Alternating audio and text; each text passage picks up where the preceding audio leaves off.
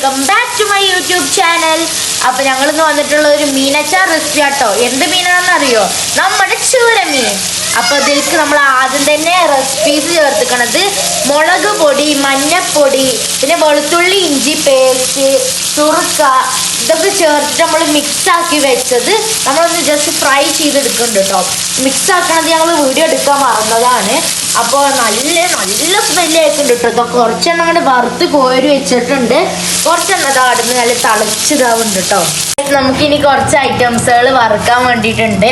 അതിന് തന്നെ ആദ്യമായിട്ട് കുറച്ച് ഏലക്കയും കുറച്ച് ഗ്രാമ്പും നമ്മൾ ആഡ് ചെയ്ത് കൊടുത്തിട്ടുണ്ട്. അതിലേക്ക് കുറച്ച് ഉലുവ നമ്മൾ കുറച്ച് അധികം ആഡ് ചെയ്യണം കേട്ടോ. അച്ചാറിൻ്റെ ഒരു ഫ്ലേവർ മെയിനായിട്ട് തരുന്ന ഐറ്റം നമ്മുടെ ഉലുവയാണ്. പിന്നെ നമ്മുടെ മസ്റ്റാർഡ് ആഡ് ചെയ്ത് കൊടുക്കുന്നുണ്ട്. ഇതിന് നന്നായി നമുക്ക് വറുക്കണം കേട്ടോ. ഇങ്ങനെ ഇട്ടിട്ട് നന്നായി നമുക്ക് വറുക്കണം. ഇഫ്താറൊക്കെ അല്ലേ വരുന്നത്, അപ്പം അതിനായിട്ടുള്ള സ്പെഷ്യലാണ് നമ്മുടെ. നിങ്ങളെന്തൊക്കെയാണ് സ്പെഷ്യൽ ഉണ്ടാക്കുന്നത് അതൊക്കെ നമ്മുടെ കമൻറ്റ് ബോക്സിൽ പറയണം കേട്ടോ. സ്പെഷ്യലായിട്ടുള്ള കുറച്ച് ഐറ്റംസുകൾ ഇതാട്ടോ. നല്ല നാരങ്ങയുടെ അച്ചാർ ഇട്ട് വെച്ചിട്ടുണ്ട് 3 ടിന്നിൽ. അടിപൊളിയായിരിക്കും. ഇതിങ്ങനെ ഇരുന്നിങ്ങനെ സെറ്റായിട്ട് ഒന്ന് പഴകണം കേട്ടോ. നല്ല ടേസ്റ്റ് ഉണ്ടാവും അതിൻ്റെ. നമ്മൾ ഈ ഫ്രൈ ചെയ്ത് വെച്ച ഈ ഐറ്റം നന്നായിട്ട് നമുക്ക് ക്രഷ് ചെയ്തെടുക്കണം കേട്ടോ. ഗൈസ്, നമ്മൾ നേരത്തെ കാണിച്ച മറ്റൊരു ഇൻഗ്രീഡിയൻസ് ഒക്കെ നമ്മളിങ്ങനെ ക്രഷ് ചെയ്തിട്ട് എടുത്തിട്ടുണ്ട് കേട്ടോ. ഇതാണ് നമ്മുടെ അച്ചാറിന് നല്ല ഫ്ലേവർ വരുത്തുന്ന സാധനം കേട്ടോ. നമുക്ക് ഇനി അച്ചാറിന് വേണ്ട ഐറ്റംസുകൾ: ഒന്ന് നോർമൽ ചില്ലി പൗഡർ, പിന്നെ ഒന്ന് കാശ്മീരി ചില്ലി, പിന്നെ നല്ലെണ്ണ കേട്ടോ, നല്ലെണ്ണയാണിത്, പിന്നെ നമ്മുടെ വിനെഗർ, പിന്നെ നമ്മുടെ സാൾട്ട്. ദെൻ നമുക്ക് കായപ്പൊടി വേണം, പിന്നെ നമ്മുടെ വെളുത്തുള്ളി വേണം, പിന്നെ ചില്ലീസ് വേണം, പിന്നെ ജിഞ്ചർ വേണം, പിന്നെ നമ്മുടെ കുറച്ച് കറി ലീവ്സും കൂടി വേണം കേട്ടോ. നമ്മുടെ പാന് കഴുകേണ്ട ആവശ്യമില്ല കേട്ടോ. ആ ചട്ടിയിൽ തന്നെ നമ്മൾ നല്ല നല്ലെണ്ണ ഒഴിച്ചു കൊടുക്കുന്നുണ്ട്. ഞങ്ങളിപ്പോൾ 2 ബോട്ടിലോട്ട് ഒഴിച്ചു കൊടുക്കണത്. ഞങ്ങളുടെ അടുത്ത് 1 ഹാഫ് ഉണ്ടായിരുന്നുള്ളൂ. അപ്പോൾ ഒരു പുതിയ ബോട്ടിലും കൂടി ഞങ്ങൾ ഇതിലേക്ക് ആഡ് ചെയ്തിട്ടുണ്ട്. അതിനുശേഷം നമ്മൾ അതിലേക്ക് ആദ്യം തന്നെ ജിഞ്ചർ ആഡ് ചെയ്യുന്നുണ്ട്, പിന്നെ വെളുത്തുള്ളി ആഡ് ചെയ്യുന്നുണ്ട്,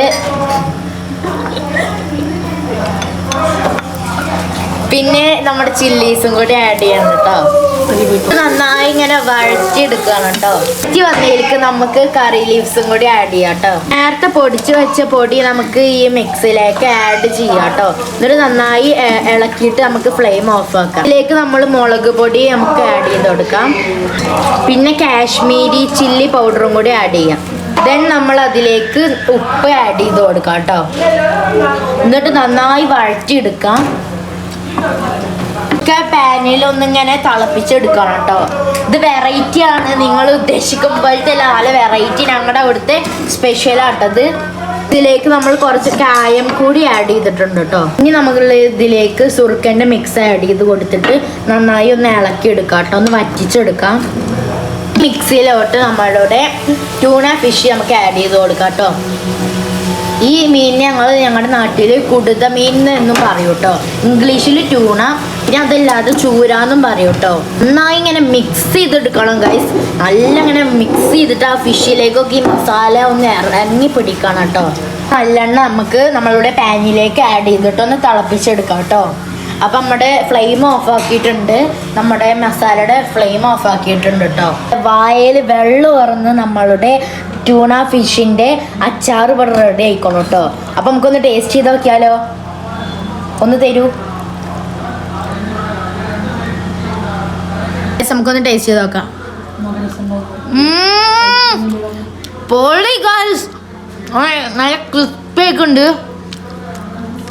നല്ല ഇളക്കി ഒന്ന് നല്ല ഇതാക്കി എടുക്കുന്നുണ്ട്. ഇനി നമുക്ക് ടിന്നിലാക്കി വെക്കാനുള്ളതാണ്. വെള്ളമൊന്നും ഇല്ലാതെ നല്ല വറ്റിയിട്ടുള്ള ഒരു ടിന്നിലേക്ക് വേണം നമ്മൾ അച്ചാർ സെർവ് ചെയ്യാൻ കേട്ടോ. അത് നമ്മൾ സെർവ് ചെയ്തുകൊണ്ടിരിക്കുകയാണ്. ഇതങ്ങോട്ട് വറ്റിയാണ്ട് ഇരിക്കട്ടെ കേട്ടോ. അങ്ങനെ ആഴ്ചയോളം ഇങ്ങനെ ഇരുന്നിട്ട് നമ്മുടെ നോമ്പിന് നല്ല സ്പെഷ്യലായിട്ട് അത്താഴത്തിനൊക്കെ അങ്ങനെ കൂട്ടി തിന്നണം കേട്ടോ. അടിപൊളിയായിരിക്കും. പിന്നെ നനഞ്ഞ കൈ കൊണ്ട് തൊടാൻ പറ്റൂല, പിന്നെ നനഞ്ഞ സ്പൂണോണ്ട് നമ്മൾ തൊടാൻ പറ്റൂല, പിന്നെ നമ്മൾ നനഞ്ഞ ഒന്നുകൊണ്ട് നമ്മൾ കൈയൊന്നും ഇടരുത് കേട്ടോ, ഒക്കെ കേട് വരും. അപ്പോൾ നമ്മുടെ അച്ചാറിൻ്റെ സ്വാദം കൊണ്ട് പോകും.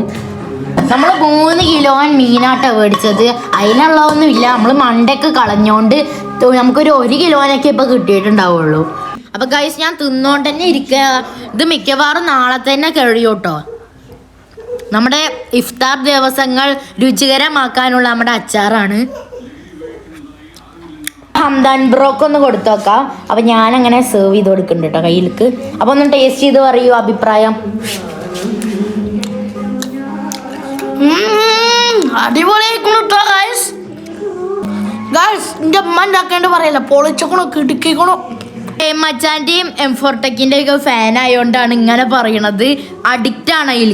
അപ്പോൾ ബൈ ദ ബൈ നമ്മളെ വീഡിയോയുടെ സ്റ്റോപ്പ് ആക്കുകയാണ്. നമ്മൾ ഓരോ ഇഫ്താറിൻ്റെ റെസിപ്പീസായിട്ട് നമ്മൾ വരുന്നതാണ് എന്തായാലും. അപ്പോൾ നിങ്ങൾ ലൈക്ക് ചെയ്യുക, ഷെയർ ചെയ്യുക, സബ്സ്ക്രൈബൊക്കെ ഒന്ന് ചെയ്യണം കേട്ടോ. നമുക്ക് എങ്ങനെയാലും ഒന്ന് പ്ലേ ബട്ടൺ മേടിക്കാനുള്ളതല്ലേ. മച്ചറ നാരങ്ങാച്ചാറാട്ടോ. ഇതിങ്ങനെ ഇരുന്നിട്ട് നല്ല രസമുണ്ട്. ഒരു കുപ്പി ഞങ്ങൾ കഴിച്ചിക്കണു, അത് വേറെ കാര്യം. ഇങ്ങനെ 3 ഞങ്ങളിവിടെ സെറ്റ് ചെയ്ത് വെച്ചിക്കണം കേട്ടോ.